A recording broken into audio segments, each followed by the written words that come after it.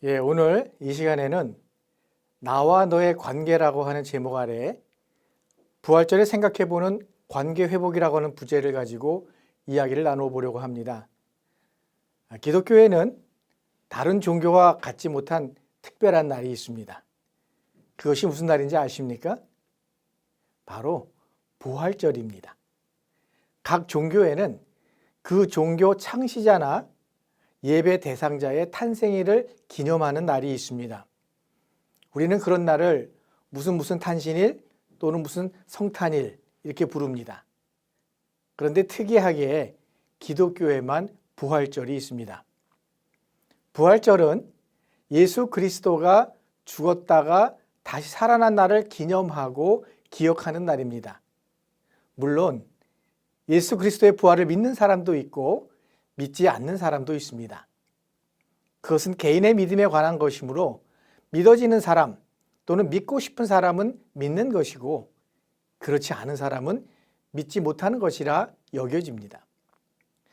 이 부활절이 갖는 의미가 여러 가지 있겠지만 저는 오늘 부활절이 하나님이 또는 절대자 신이 인간과 소통의 길을 여신 날이라고 하는 점을 짚어보려고 합니다. 다 알겠지만 기독교에서는 처음 인간을 아담과 하와라고 부릅니다. 그들은 에덴 동산에서 살았습니다. 에덴 동산은 낙원 또는 파라다이스로 부르기도 합니다. 에덴 동산에서는 아담과 하와가 아무런 염려 없이 그저 먹고 싶은 건 먹고 자유롭게 지냈습니다. 단 하나, 에덴 동산 중앙에 있는 선과 악을 알게 하는 나무의 열매만 먹지 않으면 되었습니다. 그런데 먹지 말란다고 안 먹겠습니까? 먹지 말라고 하면 더 먹고 싶은 것이 사람의 마음입니다. 먹고 싶은 유혹도 있었을 것이고 또 그 열매의 맛이 궁금하기도 했을 것입니다. 어쩌면 그런 호기심은 인간의 본성일지도 모릅니다. 결국 호기심을 자극하는 뱀의 유혹에 못 이겨서 그 열매를 따먹고 말았습니다. 여자가 먼저 그 열매를 먹고 남자에게도 주어서 먹게 했습니다. 죄의 전염은 빠릅니다. 한 사람이 약속을 어기며 죄를 짓고 옆에 있는 사람을 공범으로 만들어 버렸습니다. 이제는 먹지 말라는 열매를 자유의지에 의해 따먹었기 때문에 그 행위에 대해서는 스스로 책임을 져야 합니다. 그런데 사람은 책임지는 것을 싫어합니다. 그래서 책임을 회피합니다. 남자는 여자에게, 여자는 뱀에게 책임을 전가합니다.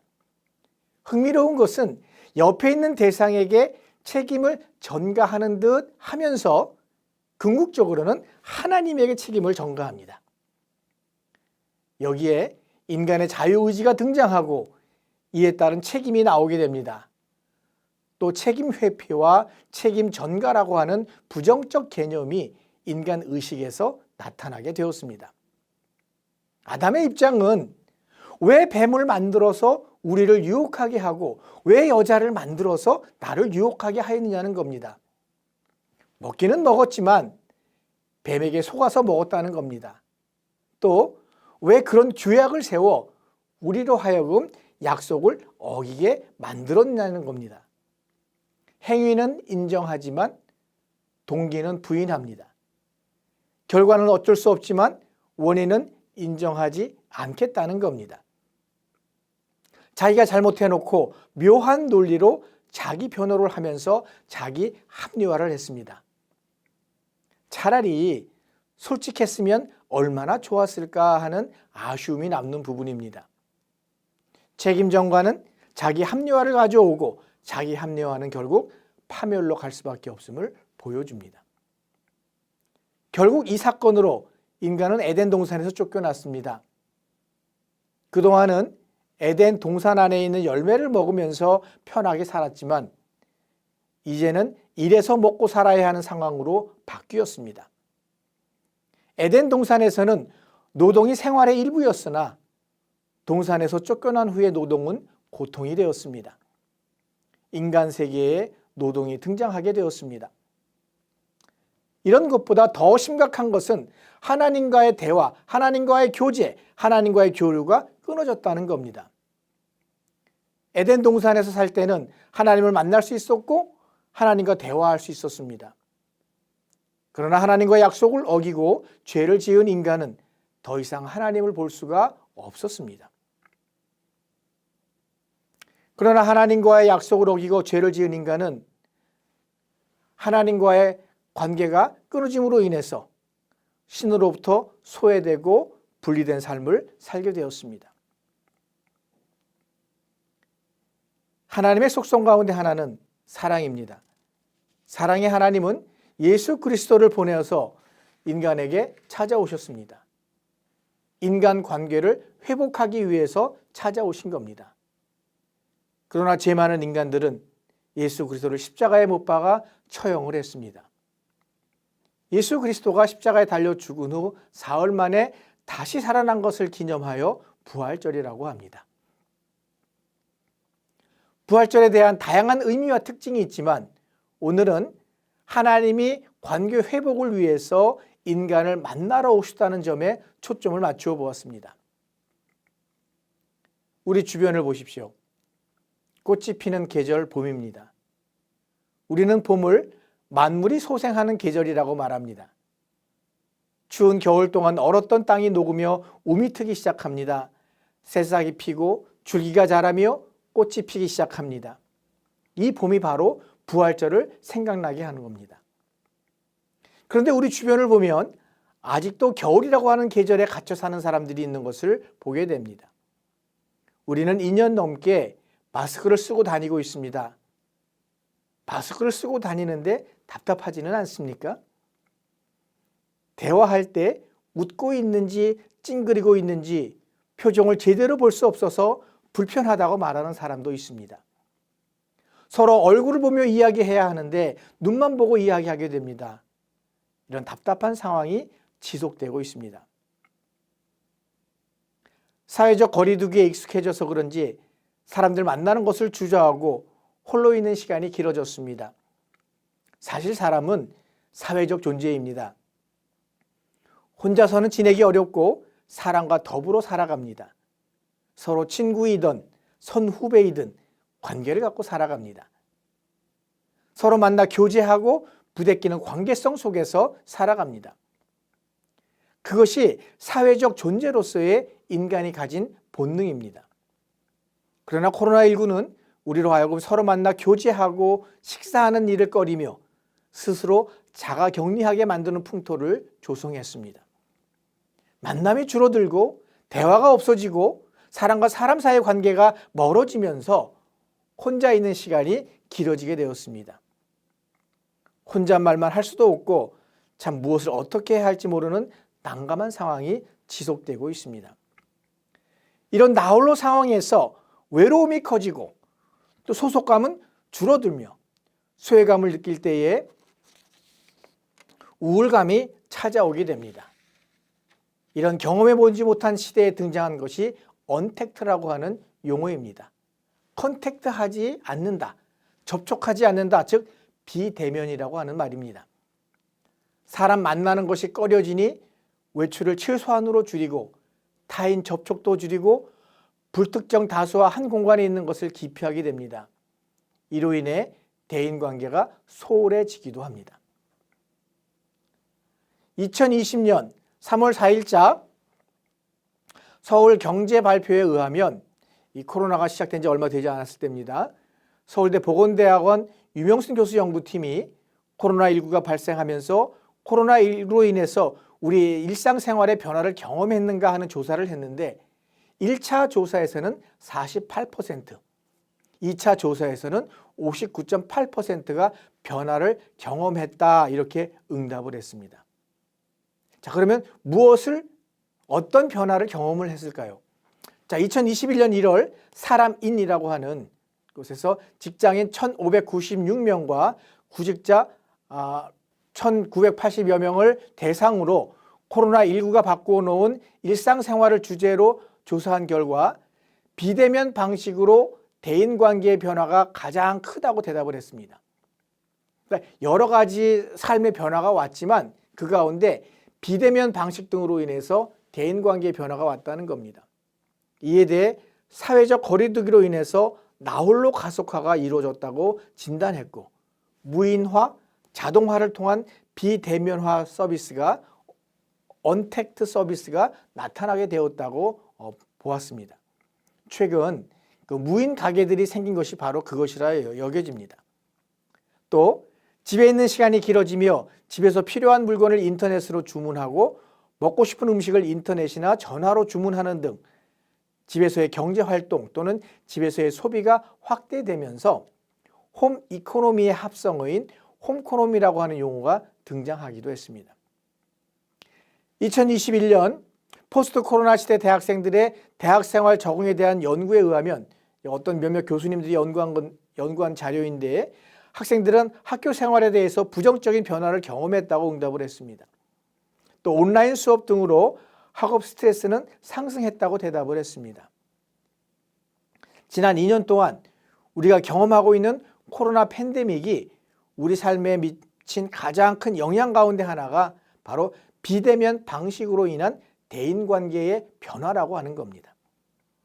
그동안 학교 수업도 대부분 비대면으로 진행되다가 이번 학기부터 대면 수업을 하게 되었습니다.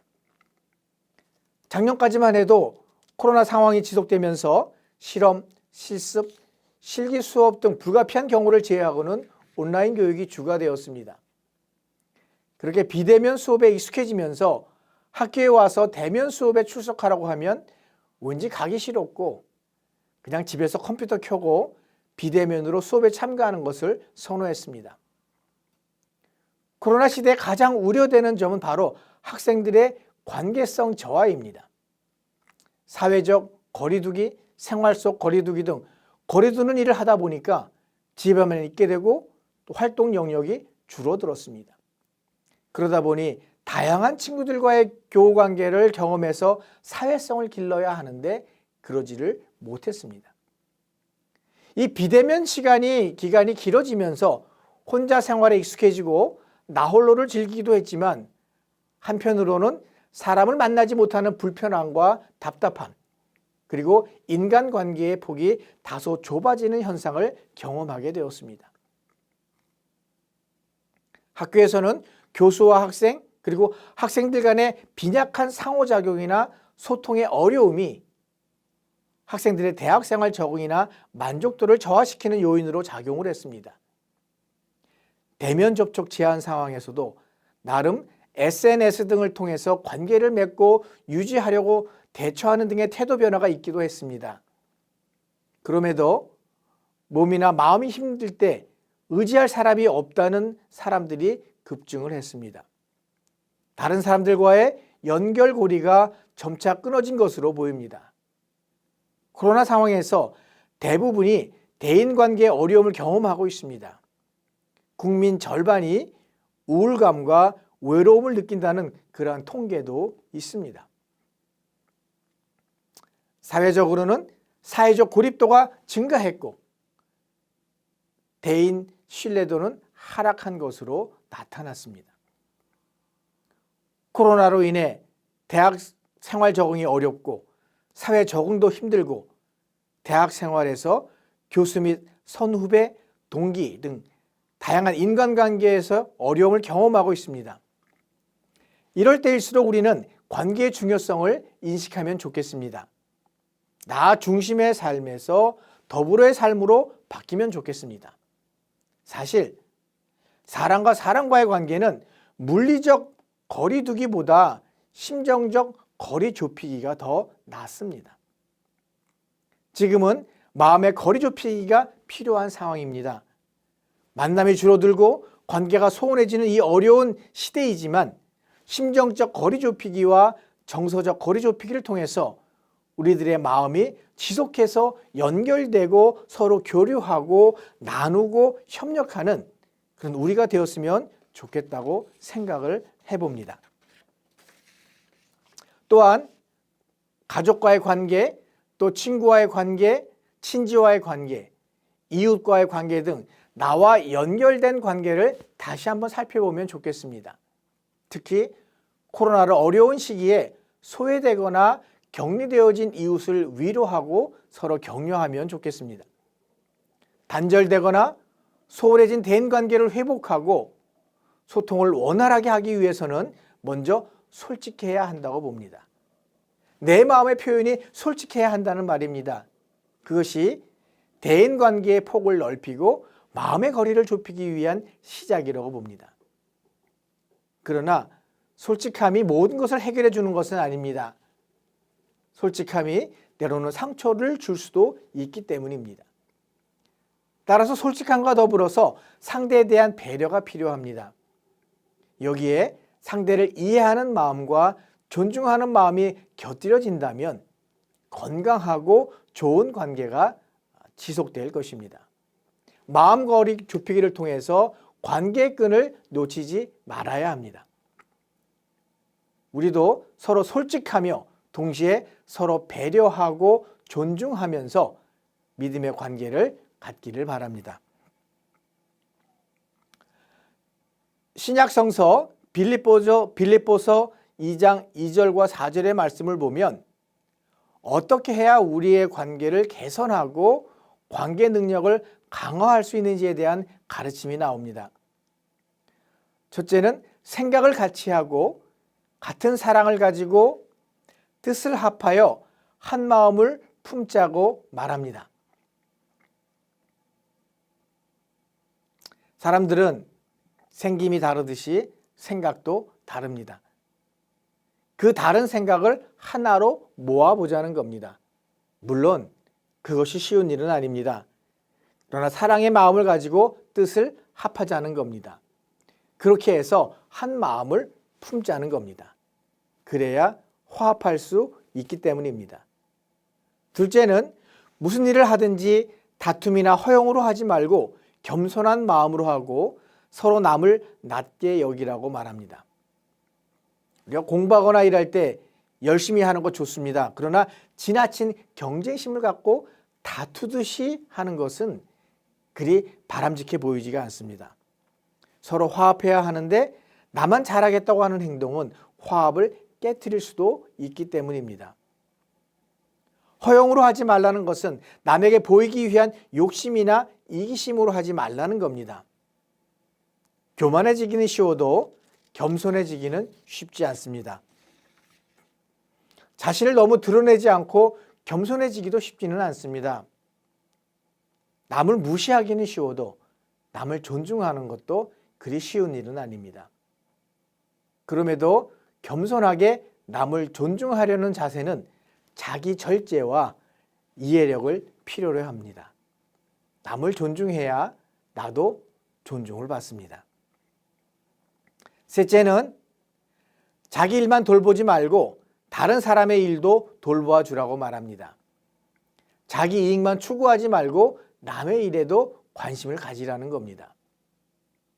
갈수록 나홀로족이 늘어나고 갈수록 개인주의가 흥황하는 그러한 시기에 나만 생각하지 말고 옆에 있는 사람도 바라보고 남에 대한 관심도 갖고 또 서로 대화하면서 공동선을 추구하라는 말로 이해가 됩니다. 더불어의 삶을 살라는 말입니다. 남을 도우며 기쁨을 얻을 수 있어야 하는 겁니다. 이 구절을 읽다 보니까 저는 유대인 철학자인 마틴 부버의 나와 너라고 하는 책이 떠올랐습니다. 마틴 부버는 이 책에서 인간관계를 세 가지로 진단합니다. 첫째는 그것과 그것의 관계입니다. 이것은 서로 인격적으로 대하지 않고 마치 사물을 대하듯 하는 관계를 말합니다. 서로 필요하면 이용하고 필요하지 않으면 외면하는 그런 이해타산이 지배적인 관계입니다. 두 번째는 나와 그것의 관계입니다.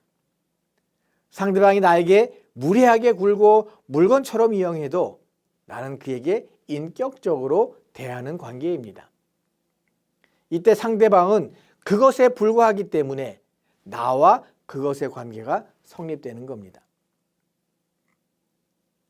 마틴 부버는 여기에서 끝나는 것이 아니라 나와 너의 관계로 발전해야 한다고 말합니다. 그것은 내가 너를 인격적으로 대하고 너도 나를 인격적으로 대하는 관계입니다. 가장 바람직한 관계를 말합니다. 자, 우리가 갖고 있는 인간관계가 어떤가 한번 진단해 보기 바랍니다. 서로 이익을 추구하고 계산적인 그것과 그것의 관계인지, 나는 인격적으로 대하지만 상대방은 나를 필요할 때만 아는 척하고 때로는 나에게 갑질을 하고 또 나에게 함부로 행동하는 나와 그것의 관계인지, 아니면 서로 단점이 있고 마음에 안 드는 부분이 있어도 이해하고 노력하며 서로를 인격적으로 대해주는 나와 너의 관계인지 우리가 한번 살펴보기를 바랍니다. 마틴 부버의 이야기는 나와 너의 관계에서만 끝나는 것이 아닙니다. 나와 너의 관계가 항상 인격적일 수만은 없습니다. 때로는 그 인격적인 관계가 깨질 때도 있습니다. 그래서 나와 너 사이에는 긴장이 있고 그 긴장이 바로 인간의 연약함이라고 할 수가 있습니다. 그 연약함을 보완해주고 인격적인 관계를 이어주는 촉매자가 필요합니다. 마틴 부버는 그 촉매자를 영원한 너라고 했습니다. 기독교에서는 그 영원한 너를 예수 그리스도라고 말합니다. 자, 빌립보서 2장 5절에 이런 말씀이 나옵니다. 여러분 안에 이 마음을 품으십시오. 그것은 곧 그리스도 예수의 마음입니다.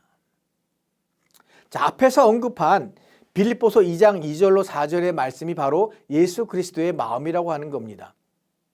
예수 그리스도는 몸소 그 말씀을 실천했다고 하는 것이 그 이후에 성경 구절을 보면 나타나게 됩니다. 예수 그리스도가 우리에게 오셔서 하나님과의 관계를 회복하셨습니다. 우리가 예수 그리스도는 아니지만 예수 그리스도의 가르침을 신중하게 생각해 볼 필요가 있습니다. 그리고 그 가르침을 우리 삶에 적용하면 좋겠습니다. 이번 학기 어색했던 관계를 조금이라도 회복하는 시간이 되었으면 좋겠습니다. 그것과 그것의 관계는 우리 가운데 더 이상 존재하지 않았으면 좋겠습니다. 나와 그것의 관계도 이젠 사라지면 좋겠습니다. 아무쪼록 나와 너의 관계를 통한 인격적 관계만이 우리 가운데 존재하는 시간이 되었으면 합니다. 인격적인 관계, 신뢰의 관계를 만들어가면서 우리의 대인관계의 영역을 넓히고 그리고 서로 소통하는 우리가 되기를 바랍니다. 항상 긍정적이고 건강한 관계를 통해서 우리의 삶이 더 풍성해지기를 바랍니다. 기도하겠습니다. 하나님 고맙습니다. 예수 그리스도를 보내주셔서 우리와 소통하려고 하시는 하나님의 의지와 하나님의 뜻을 깨닫게 하시니 고맙습니다.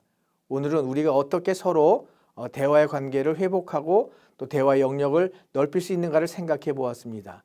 우리의 삶이 서로 배려하고 또 서로를 사랑하면서 또 서로를 존중하면서 우리의 관계를 회복하고 또 우리의 관계성의 영역을 넓혀 나갈 수 있는 우리 모두가 될 수 있도록 도와주옵소서. 예수 그리스도의 이름으로 기도합니다. 아멘.